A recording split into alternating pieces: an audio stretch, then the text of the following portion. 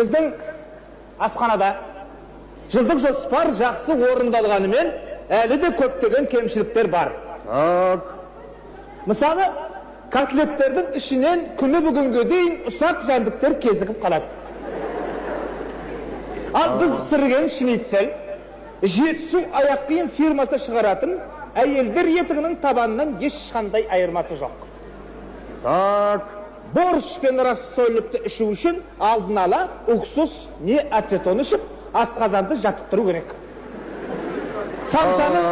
Самсаның ішіндегі ет тек микроскоппен ғана көрінеді. Қара ыдыс-аяқтың тапшылығынан 9 кісі бір стақанмен шай ішеді. Шамышқылардың ұшыш сынып, саптары ғана қалған.